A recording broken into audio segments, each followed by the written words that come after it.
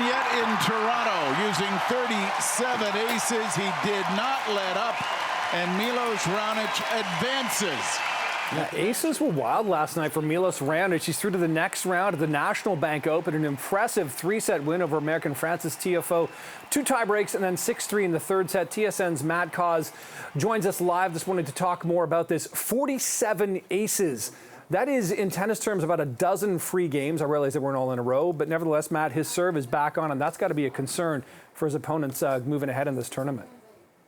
Yeah, absolutely. When you talk about Milos Raonic and the injuries he's sustained over the last couple of years, if he's going to win, it's going to have to rely a lot on the serve because the athleticism isn't going to be there as much. He's not going to be able to guy that can cover the same amount of ground as some of his younger competitors. So, yeah, you're absolutely right. The serve, which we saw blistering throughout, he will need that going forward. We've got to talk about Milos's preparation, Matt, because, you know, in many cases when you talk about Milos, the knock against him is that there's no fight there. He is definitely fighting that stereotype.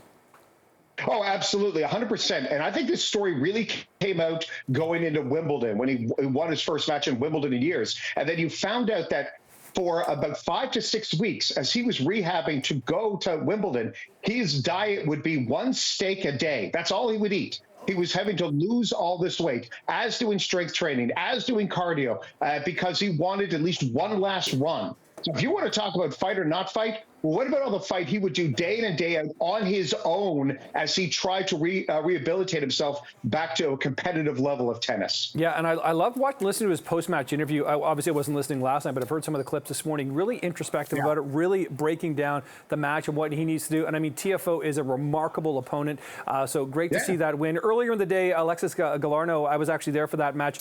He had they split the first 2 sets. He was up 3-11 the second set. He'd won 5 straight games, and then the wheels kind of fell off for Galarneau.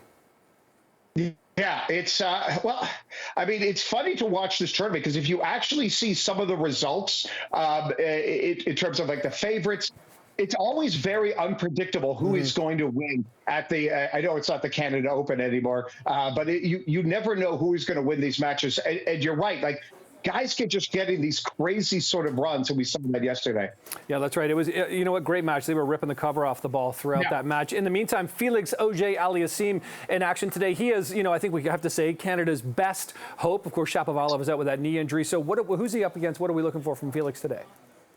Well, also, he's going up against Max Percy from Australia, a qualifier. So Felix should be able to take this match. Well, remember, this has been a bad first half of the year for Felix Auger-Aliassime, whether it's consistency, whether it's injuries. This has not been the year for him. The potential and our expectations for him were really high coming to the year. He hasn't met it. He would agree as well. And the shame of it all is we also saw Vasek Pospisil. We saw him lose, and he was so critical for Canada just a while ago, winning at the Davis Cup. And I mean, today is all about the Canadians, whether it's Aliassime, whether it's Liliana Fernandez, who we remember came to the finals in 2021, the U.S. Open, or even Bianca Andreescu, who won it back in 2019. There is a lot of top-level Canadian talent. Now, not a lot of them are playing at their top level, but maybe they can use events like this to help springboard them for the U.S. Open. I'm curious to see Liliana Fernandez maybe the most. Remember the other Venus Williams on her own, just unprompted, you know, spent a lot of time complimenting her competitive spirit and her character. And so, I mean, that's a big thing to watch for today. I believe all of them,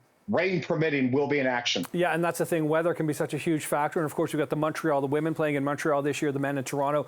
So much action, you know, it's like simultaneously happening. It's cool to sort of watch the scoreboards and see what's happening. But yeah, like you said, so much Canadian tennis on display there. It's good to see Matt Cause from TSN Radio. Always good to see you as well. Thanks so much for being here this morning. Absolutely. Great tournament. 41 of the top 43 competitors will be here in Canada. It is stacked indeed. Matt, thanks so much.